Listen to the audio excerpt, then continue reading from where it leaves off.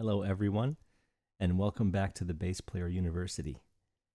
I am George Mesa, and if you're new here, welcome. And if you're not, very good to see you again.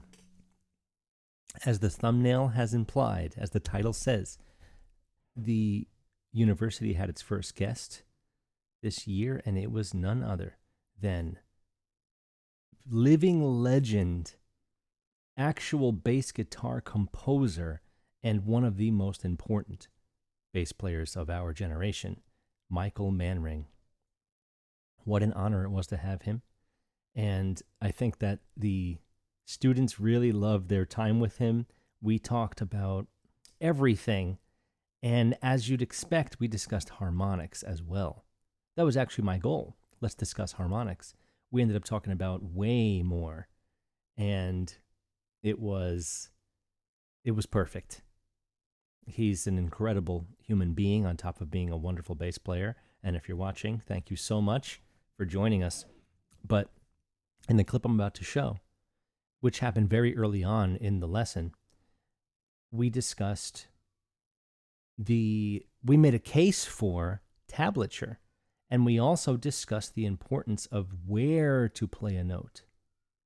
Unlike piano, saxophone, you name it, and maybe not always with saxophone, but most other instruments that are not string instruments where the same note exists in different places. On piano, if you want a certain C sharp in a certain octave, there it is. You can change your volume. There's ways to change timbre, of course, but overall, that one note exists in that one place. And on this instrument, we get the same note in different places.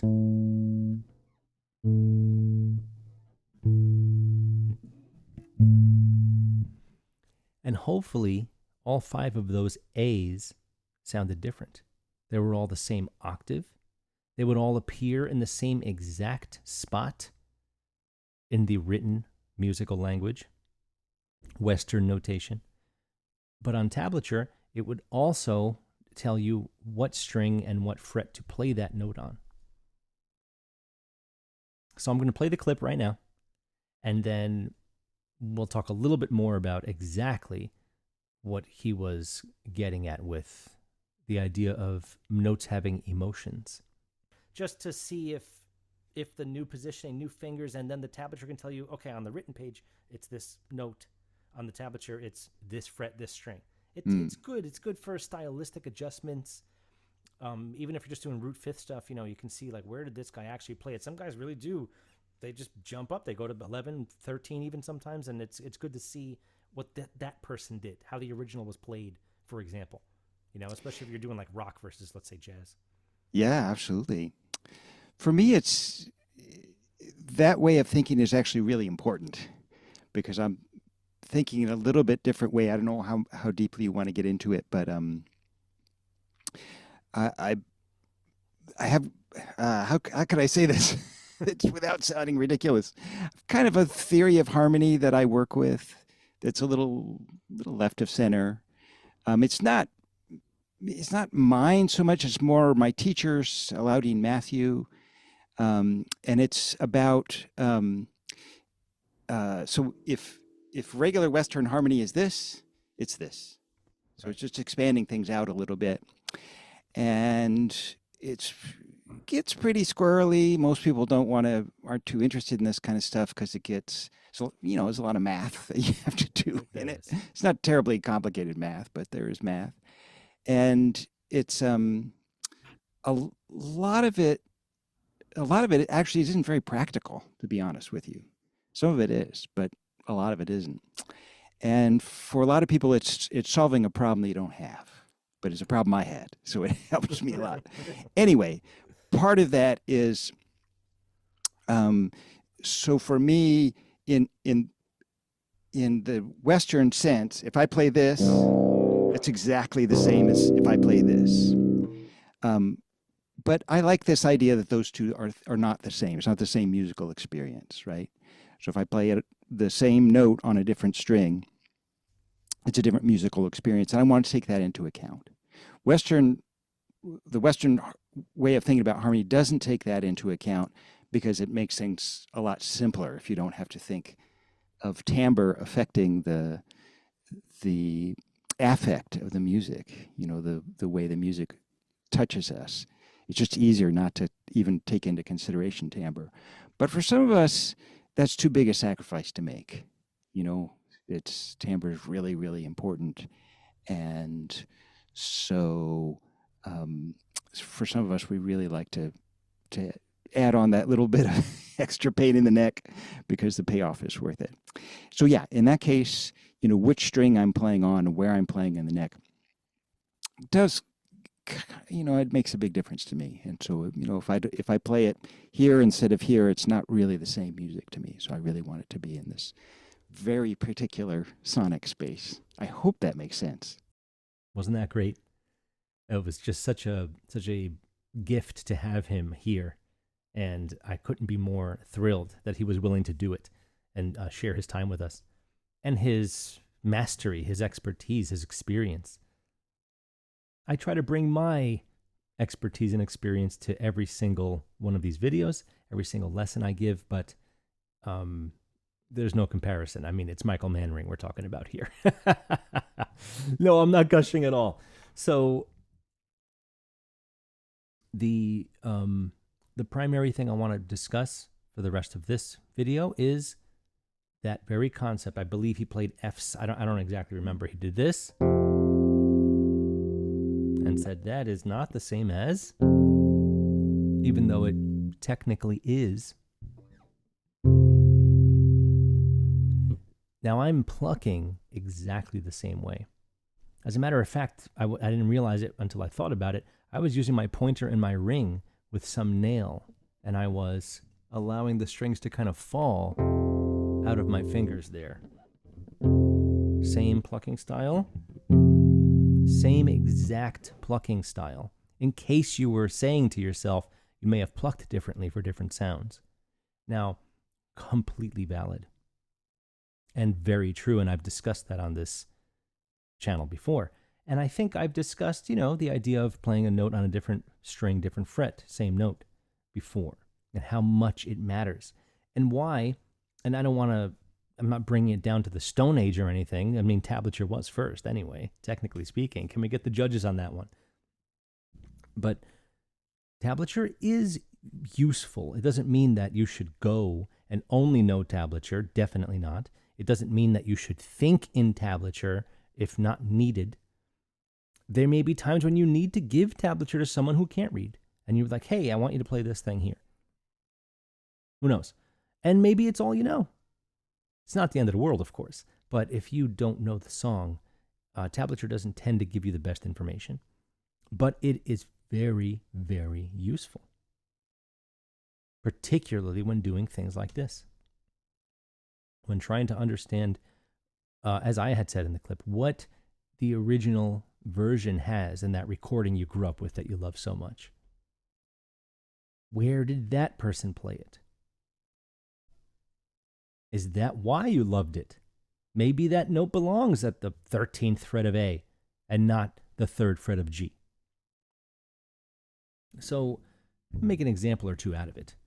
Because, again, I really do think tablature can be very useful when you are trying to emulate and learn the styles of all of your favorite bass players, whoever they may be, whatever style this might be. It's also very good if you do see, when you see tablature alongside the notation, the correct notation, on, let's say, ultimateguitar.com or something, right? If you see that, you can get insight into what the person who tabbed it was thinking. And it gives you a chance to look at it and say, is this actually correct?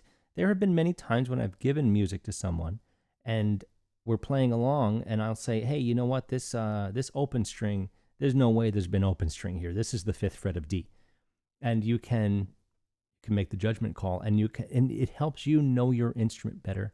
It helps you show that you're not just blindly handing out random pieces of paper to people when you don't make the music yourself in something like, Guitar Pro or whatever you use to make your tablatures and your notation. Of course, we want to focus on notation. And we do, by the way, at the Bass Player University. We do dictation, which means I play something, and then I have the students try to write it out in notation, not tablature. Rhythm and notes on the staff, in the bass clef. What key is this? Is this staccato? What frets do you think I'm playing them on? We'll talk afterwards. Can you play it now? Dictation is a crucial element when you are getting better and better at it, any instrument. And it helps develop your ear, and it helps give you confidence as well. And when you're listening to a song, it helps you be able to play it right away as well, because you have to audiate in your mind, and you sing what you hear in your mind, produce it here. So here's a few examples of two different ways to change the emotion, as the master himself said. Let's say we have this line here.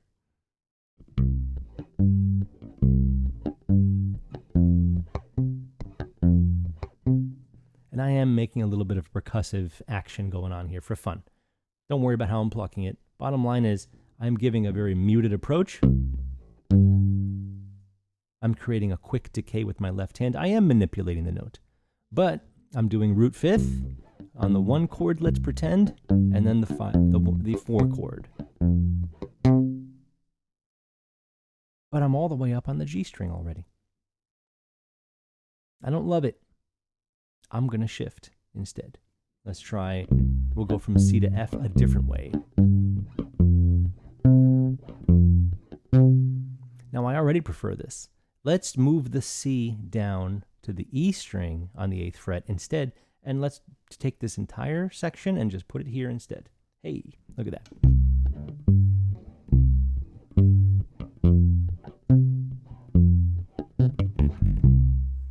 I prefer this, actually, in this setting. I don't know what the setting is yet, but that is what I prefer here. Let's try it without all this percussive action. Just plucking nearer to the back pickup, a little brighter, long tones. Now, it's okay.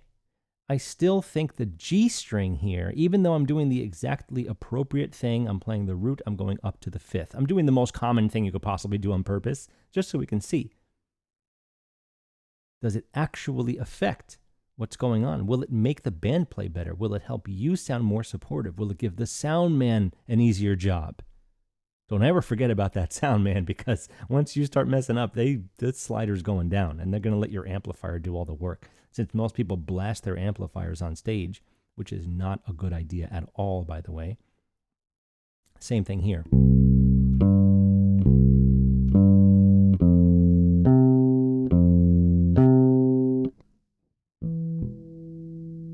Close enough. What did you think? Is it bigger? I'm using mostly nail for the pluck right now, actually, just to get ready for a different point. I think, of course, that is different, definitely. I think it's more appropriate, depending on the setting, to play it here. Maybe this is the appropriate setting if you have effects, which I personally don't use any, to be honest with you, completely honest. I don't use any effects. I barely ever touch the pedal. I know all about them. I can tell you all about them. I've used them all, but I've never been in a setting, and I've played a lot of extreme metal, as a lot of people that have been following this channel know. I played a lot of extreme metal, and I approached it with more of a slappier thing. Not necessarily slap, but getting more of a slappier tone. Think of, let's say, Yes or something. It's not slap, but it sticks out because it sounds like he's attacking really hard, and maybe he is, but he's also using a pick, which I didn't know for the first 10 years of my life, and I was trying to emulate that. Maybe I got some of my style, you know? I would stick out in the mix.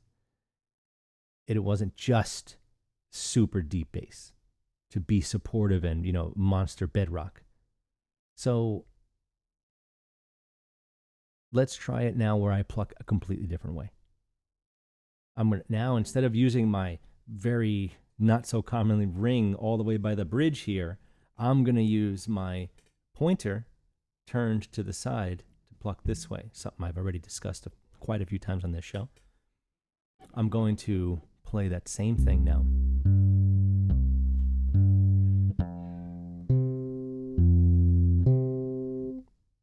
The G string is still thin, but clearly there's something different going on. Let's try that same thing here.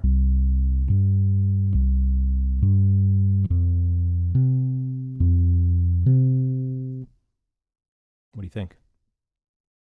Different emotion, different everything? I think so. I think so for sure. And depending on what you need, let's say you're in the studio. Now it matters more. Live, you can probably get away with a little more. By doing a little less, you can get away with it. But in the studio, your placement's going to matter even more. And sometimes the best option is to put them both on the same strings to make sure that the tone is more consistent between them. It allows the tone to be more consistent between them, and that's the point. Where tone and fluidity meet, where there's a consistent, supportive sound. Best case scenario.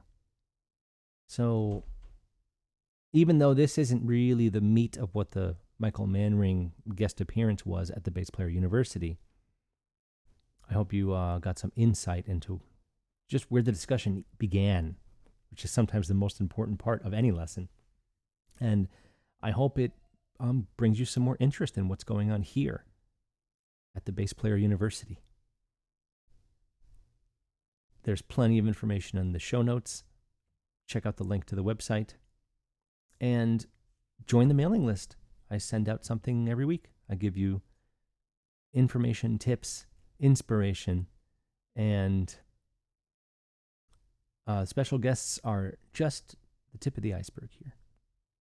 I love interjecting as many incredible musicians that are actually known, and some that maybe you didn't know, to step in and break up the action. So that's not just my face for an entire year straight, twice a week for an hour each. But I think that the experience is really enriched because of it. The next guest is almost definitely 100% going to be the, again, living legend Bernard Purdie, drummer extraordinaire, who even coined his own, well, he didn't coin it, but has an entire drum beat named after him, the Purdie Shuffle. And I think we're going to avoid discussing the Purdie Shuffle because he's probably done that to death. But I've always wanted to have a pro drummer on to talk to bass players. What does he expect from bass players? What does he want from them? What is he tired of from bass players? Bass players and drummers aren't always best friends, even though they should be as best friends as possible. All right. I think I covered what I wanted to here. Again, if you're watching, Michael, thank you. And thank all of you for hanging out. And give me a like, subscribe, give me a comment. I'll get right back to you. And contact me. I have all my information in the show notes. Call me, text me, email me. Let's talk about it. Let's see one-on-one, university, what's right for you moving forward. I've been teaching since 1997. And I'd love to give you, as a bass player, as much as I possibly can through all of my years of gigging and teaching. Thank you so much, and I'll see you next time.